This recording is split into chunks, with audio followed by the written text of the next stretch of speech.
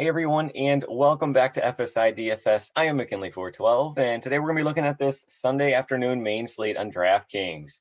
I'm not going to get too much into the weather. It doesn't look like there's anything that's major, but there's quite a few games that just have some cloudy skies with a chance of rain throughout. So just make sure you're paying attention to that all the way up through lock.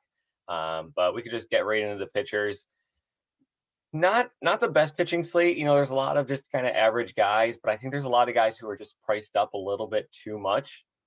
But we'll get more into that as we go along here. So right up at the top, we have Darvish. We know, what his strikeout upside can be, but he has struggled his past two times out. And really on the season, his strikeout rate is not nearly what it has been in previous seasons. He's only at a 25% K rate over the past 3 months, which is, that's not Darvish territory. He is facing Miami. Miami does strike out a lot against right-handed pitching, so he definitely is in a nice, solid matchup here. 10.5K, it might be a little bit more than I want to pay for him, but like I said, based on his previous form. But like I said, he is in a nice matchup here and clearly one of the top pitchers on the slate.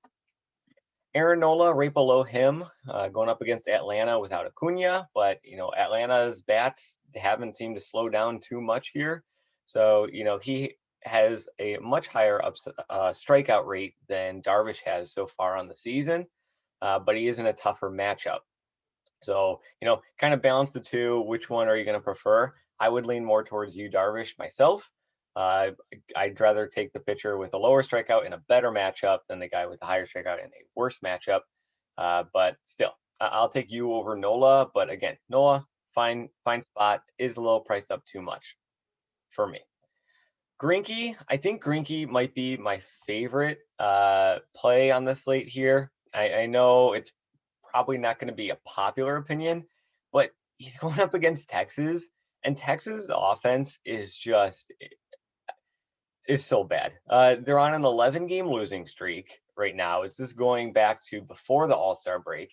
They're on an 11-game losing streak, and in that 11-game losing streak, they are averaging 4 hits per game.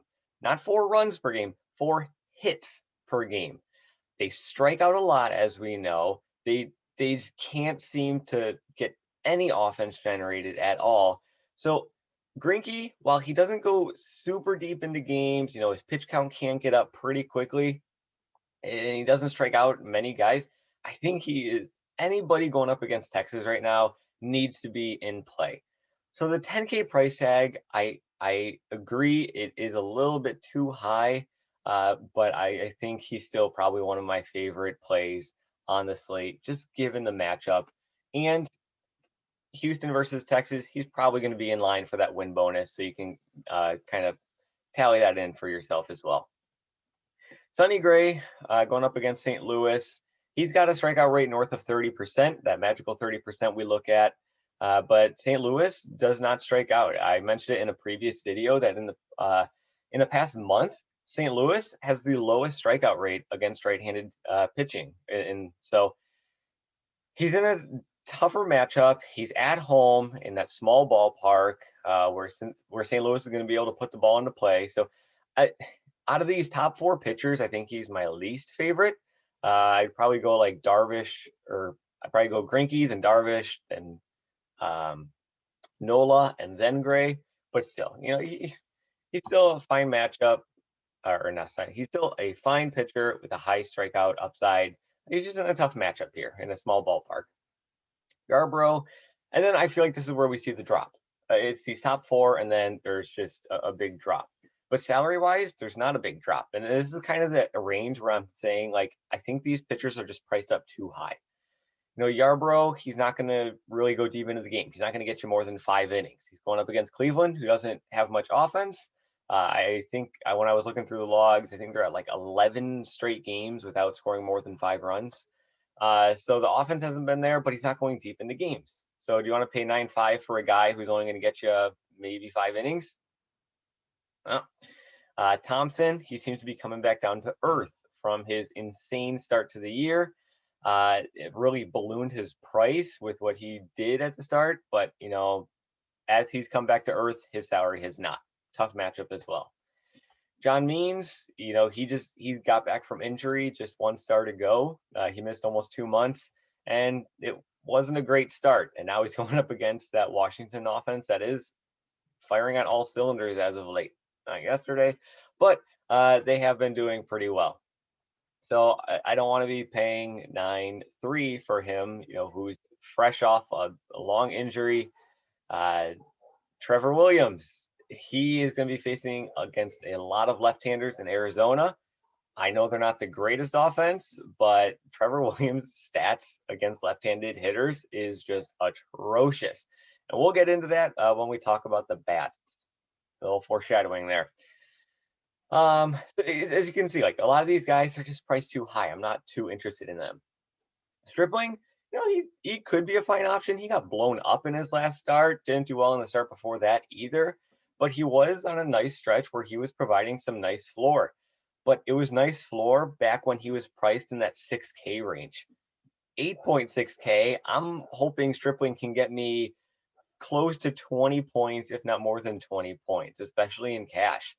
And is he going to be able to do that against the Mets?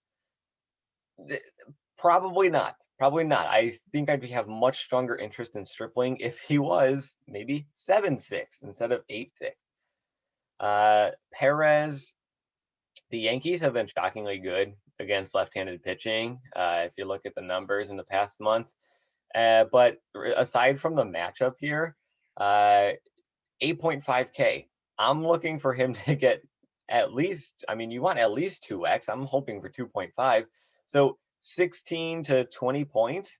He's only done that one time in his past 12 starts. So we're continuing the stretch of these guys are just a little bit too pricey. I'm not too interested. But finally, we get to somebody that I am interested in, Skubal, going up against Kansas City. He provides a nice floor. He's got that upside as well. He's got a nice strikeout rate going up against Kansas City, who can struggle as an offense.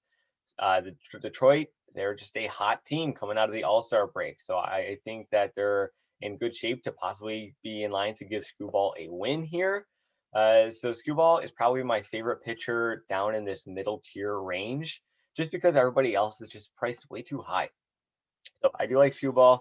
McKenzie, fantastic GPP play. I would never play him in cash. He's got command issues. He can get blown up like who knows what.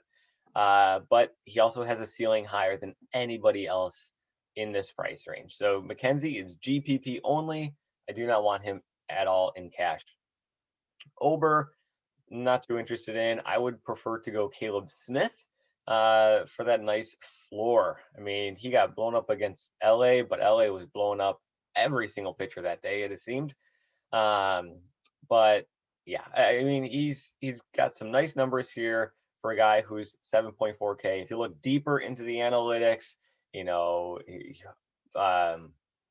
just like the numbers like WOBA, ISO, slugging percentage against, and all that.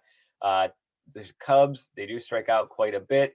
So I think Caleb Smith is another fine option down in this price range. So I'd probably be going Skubal and Caleb Smith. And everybody else, I'm not too interested in. Rich Hill, first start going up against Toronto. Familiar with the team, obviously, facing against them. But, who knows? Maybe he wants to show off the Mets fans what he can do. But no. Tucson, I just want to go over just because people might be looking at the game log and saying, hey, 23 points against San Diego. This guy's a stud. Sign me up. But this is a career pitcher who has an ERA close to 6. He's really struggled.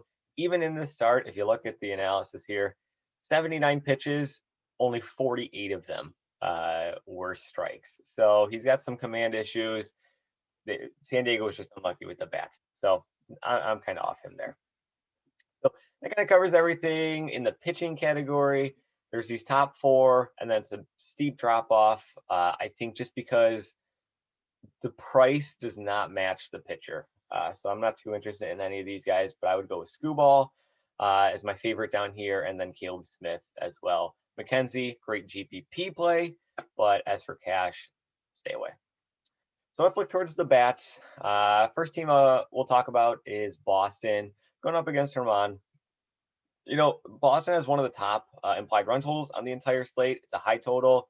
The wind is blowing out at Fenway today, so boost to the bats already. And, they've been getting a pretty steep price discount. I remember when a lot of these guys, they had 3 or 4 guys who were in the upper 5K, close to or over 6K. So they've got a severe price discount lately. Duran hitting at the top of the order. Nice lefty-righty matchup. He's still far too cheap. He's going to be a very popular value play on the day today. Even if you just throw in like the lefties with Devers and Verdugo, Kike Hernandez, you can build a nice 4-man stack for Boston and pretty cheap, honestly. Only one of them is over 4K, and you're in 2Ks for the Duran. So I think Boston, they're in a nice hitting environment. They are in a nice hitting position going up against Herman, and they're pretty cheap. So I do like Boston here. Cincinnati, you're always looking at Cincinnati at home. You're going up against Oviedo, not a great pitcher. So, definitely looking at guys like Winker, Votto, Naquin at 2.5K. He's let us down the past couple of slates, but still 2.5K for him is just far too cheap. Stevenson at 3.9, right in the heart of the order on the cleanup spot. Make sure he's starting as well. So I do like Cincinnati. Who else is on my list here? Detroit going up against Lynch for Kansas City. Lynch has really, really struggled. Let me pull up his logs here. Yeah, you don't have to look too far here to know that he's not the best pitcher. He didn't do well in AAA either. His ERA in the minors was close to 6. And if your ERA in the minors is nearly 6, your ERA in the majors is probably more closer to like a 9. So, I mean, yeah, it's not good. So Detroit, hot offense coming out of the All-Star break. They're on that massive winning streak, or we're on that massive winning streak. So I love the Detroit bats. Kansas City bullpen has been really, really bad. It's been the worst bullpen statistically in the past month. So once they get through Lynch, they're going to be seeing some other awful pitchers.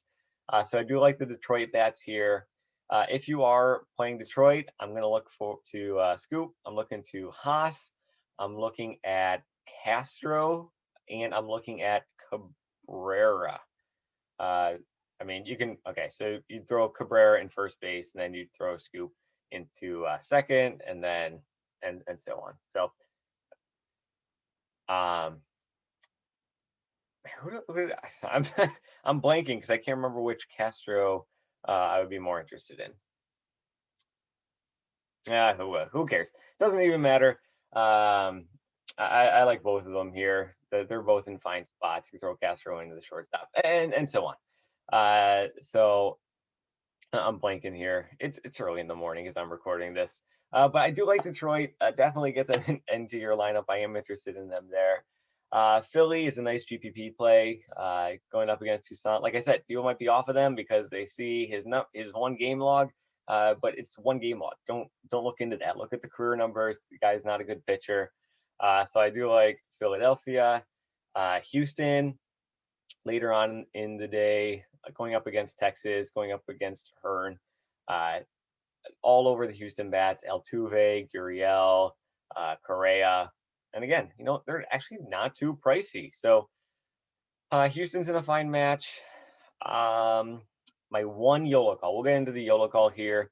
And that is going to be Arizona going up against Chicago and Trevor Williams. So last season, Trevor Williams, he allowed the most home runs per 9 in the entire league. He's a home run prone pitcher. This season, he's doing a little bit better, but still, that history